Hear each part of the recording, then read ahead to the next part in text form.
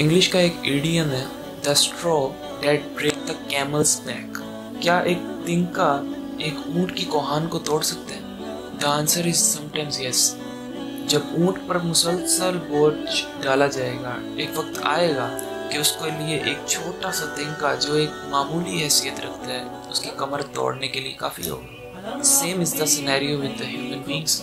जब इंसान एक डिफ़िकल्ट टाइम से, हार्डशिप से गुजरता जाता है, एक स्टेज आती है जहाँ पे वो हार मान जाता है और उस जगह पर उसका माइंड उसके साथ कोऑपरेट करना छोड़ देता है और ऐसी सिचुएशन में इंसान सुसाइड की तरफ जाता है। हर इंसान की 3 रिक्वायरमेंट्स हैं, उसकी 3 नीड्स हैं। नंबर 1 उसकी फिजिकल नीड, उसका फूड इनटेक, उसकी एक्सरसाइज, वो सारी चीज़ें जो उसकी बॉडी के साथ रिलेट करती हैं। The things which are composed of the soil, क्योंकि ये बॉडी मिट्टी से बनी है तो इसकी ज़रूरियात भी मिट्टी से पूरी होंगी। खाना कहाँ से निकलता है? मिट्टी से। पानी कहाँ से एक्सट्रैक्ट होता है? ज़ेरे ज़मीन की जितनी ज़रूरियात है वो सारी की सारी मिट्टी से पूरी होंगी। नंबर 2 पे जो चीज़ आती है वो इंसान के emotional attachment with the living creatures. वो किस तरह से उसके अटैचमेंट है अपने रिश्तेदारों के साथ, अपने घर वालों के साथ, अपने आसपास के लोगों के साथ। तीसरी चीज़ उसका रिलेशन विद अल्लाह सुब्हानहू व तआला, with the creator, spiritual need. अगर इन तीनों नीड्स में से कोई एक भी ड्रॉप कर दी जाए तो उसकी लाइफ डिप्रेस्ड होगी। तो अगर स्पिरिचुअल नीड को निकाल दिया जाए तो वो तो कुफर का निज़ाम, और कुफर का निज़ाम वैसे ही बड़ा तंग है। अगर आप फिजिकल नीड्स को निकाल दें, स्पिरिचुअल भी हो और इमोशनल अटैचमेंट भी हो, लेकिन फिर भी उसकी लाइफ तंग होगी।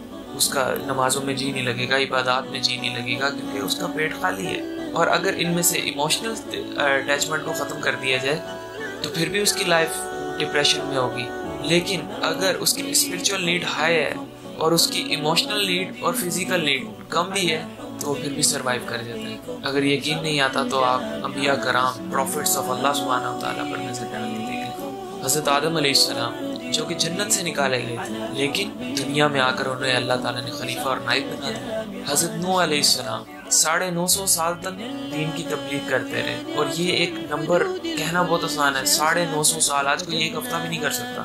डिप्रेशन से गुजरे, लेकिन अल्लाह ताला ने हैप्पी एंडिंग दी। हज़रत इब्राहीम अलैहिस्सलाम किस तरह से उनको आजमाया गया, अंदाज़ा कीजिए। हज़रत इस्माइल अलैहिस्सलाम को अल्लाह की राह में कुर्बान करने की आजमाइश आ गई, तो कहीं काबे की तामीर में आ गई, तो कहीं उनको आग में डाले जाने की आजमाइश आ गई। लेकिन अल्लाह ताला पर उनका तवक्कुल था, सब्र था, जिसकी बिना पर अल्लाह ताला ने उनको खलील के लक़ब से पुकारा। हज़रत याकूब अलैहिस्सलाम जो बेटे की जुदाई में रो रो कर अपनी आंखों की बिनाई को खो चुके थे, लेकिन हज़रत यूसुफ अलैहिस्सलाम के साथ उनका दोबारा मिलवा दिया अल्लाह ताला ने। हज़रत यूसुफ अलैहिस्सलाम, उनको मिस्र के बाज़ारों में बेचा गया, उनको जेल में बंद कर दिया गया, लेकिन उनकी भी मुलाकात फिर अपने वालिद हज़रत याकूब अलैहिस्सलाम से करवा दी अल्लाह ताला ने। हज़रत मूसा अलैहिस्सलाम फिरऔनियों से निजात दिलवा दी अल्लाह ताला ने। हज़रत लूत अलैहिस्सलाम, हज़रत हूद अलैहिस्सलाम, हज़रत सालेह अलैहिस्सलाम, हज़रत शुएब अलैहिस्सलाम, इन तमाम की अक़वाम में बेहद किस्म की बुराइयां पाई जाती थी, लेकिन अल्लाह ताला ने इनको बचा लिया। हज़रत सलमान अलैहिस्सलाम, हज़रत दाऊद अलैहिस्सलाम,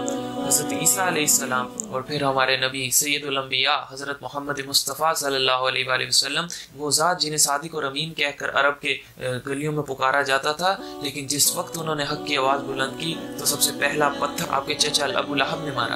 अंदाज़ा कीजिए किस तरह की आजमाइश से उनको गुजरना पड़ा। क्या इन अंबिया कराम अलैहिस्सलाम ने हार मान ली? क्या उन्होंने सुसाइड अटेम्प्ट की? सबसे ज़्यादा मुश्किलात तो इनके ऊपर आई, लेकिन क्या था, स्पिरिचुअलिटी में ये लोग हाई थे, अल्लाह के साथ कनेक्शन इनका बहुत हाई था।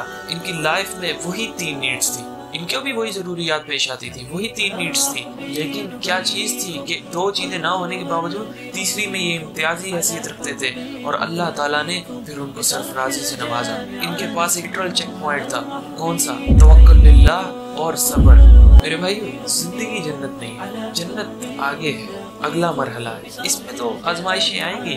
वही है जिसने जिंदगी और मौत को पैदा किया ताकि तुम्हें आजमाए, तुम में से आसान अमल कौन करता है। तो ये तो जिंदगी तो आजमाइश की जगह है, लेकिन कौन इसमें से लिटरल चेक पॉइंट के ऊपर से गुजरता है, कौन इसमें से तवक्कुल बिल्लाह और सब्र के रास्ता को इख्तियार करके गुजरता है। आज हम देखते हैं हमारी लाइफ डिप्रेस्ड क्यों है, ایک تو یہ چیز ہے کہ ہم نے اس سرکل سے باہر نکل گئے، شریعت کے حدود سے باہر نکل گئے۔ ایک شخص جو حرام بھی کھاتا ہو، جو بد نظری بھی کرتا ہو، جو پردے کا اہتمام بھی نہ کرتا ہو، جس نے حرام ریلیشن شپس بھی رکھی ہوں، اور پھر وہ کہتا ہو یار میری زندگی میں ڈپریشن کیوں ہے، یار مجھے نہیں پتا اللہ تعالیٰ مجھ سے خوش کیوں نہیں ہے۔ تو اس شخص کی مثال ایسی ہے جیسے ایک شخص واشنگ مشین میں اپنے گھر کے برتن ڈال دے دھونے کے لیے، اور بعد میں مشین خراب ہو جائے تو وہ لے کے مینوفیکچررز کے پاس چلا جائے، دیکھیں جی آپ نے مجھے مشین نہیں صحیح دی تھی۔ اللہ تعالیٰ کہہ رہا اعلیٰ سنو، متوجہ ہو جاؤ، یعنی جو بات کی جا رہی ہے اسے ہلکا مت لینا۔ بذکر اللہ تطمئن القلوب، دلوں کا سکون تو صرف اللہ کے ذکر میں، صرف اللہ کے ذکر سے ہی دلوں کو اطمینان ملتا ہے۔ آج ہم کہتے ہیں موسیقی روح کی غذا ہے، کیا واقعی موسیقی روح کی غذا ہے؟ اچھا اگر یہ بات ہے تو ان لوگوں کی فہرست جو ویکیپیڈیا پہ موجود ہے، جو ملین ایئر میوزیشنز تھے، انہوں نے سوسائڈ کیوں اٹیمپٹ کی؟ آج آپ سیلیبریٹیز کی لسٹ دیکھ لیں جو سوسائڈ اٹیمپٹ کر رہی ہیں، کیا ان کی لائف میں ہر چیز تھی نہیں؟ کیا ان کے پاس اچھی گاڑی نہیں تھی؟ کیا ان کے پاس اچھا بنگلو نہیں تھا؟ کیا ان کے پاس اچھے کپڑے نہیں تھے؟ کیا ان کے پاس اچھا رہن سہن نہیں تھا؟ کیا ان کے پاس اچھے وہ ٹرپس نہیں کر سکتے تھے؟ کیا ہر چیز تھی، لیکن کیا چیز نہیں تھی؟ کنیکشن ود اللہ سبحانہ و تعالیٰ۔ نو ڈاؤٹ گناہوں میں لذت ہے، لیکن وہ ایک ٹیمپریری لذت ہے میرے بھائیوں۔ کوئی اچھی مووی دیکھ لیتے ہیں، کوئی اچھا گانا سن لیتے ہیں، لیکن ان سب چیزوں سے کچھ نہیں بنتا۔ یہ ایک ٹیمپریری لذت ہے، یہ ایک تھوڑی دیر کی لذت ہے۔ جب اس کے اوپر سے کور ہٹے گا، جب اس کے اوپر سے پردہ ہٹے گا تو اندر سے انسان وہی بجھا ہوا نکلے گا۔ ہماری روح تڑپ رہی ہے اندر سے اللہ سے بات کرنے کے لیے، لیکن ہم ہیں جو اس دنیاوی غفلتوں کا شکار ہو کر اپنے آپ کو دور کر رہے ہیں اللہ سبحانہ و تعالیٰ سے۔ ان اللہ مع الصابرین، بے شک اللہ صبر کرنے والوں کے ساتھ ہے۔ اور وہ شخص جس کو اللہ کا ساتھ نصیب ہو جائے، اس ذات کا ساتھ نصیب ہو جائے جس کے قبضہ قدرت میں ہر شے ہے، تو پھر اس کو کیا چیز کی ضرورت ہے؟ اس کو کسی نئی چیز کی کیا ضرورت ہے؟ اسے اس بنگلوں کی کیا ضرورت ہے؟ اسے اس مال کی کیا ضرورت ہے؟ اس کا دل تو اللہ کے ذکر سے منور ہوتا ہے، اور اس کی آنکھ اگلی منزل پہ ہوتی ہے، اور اس کی اگلی منزل پہ جنت ہوتی ہے میرے بھائیوں۔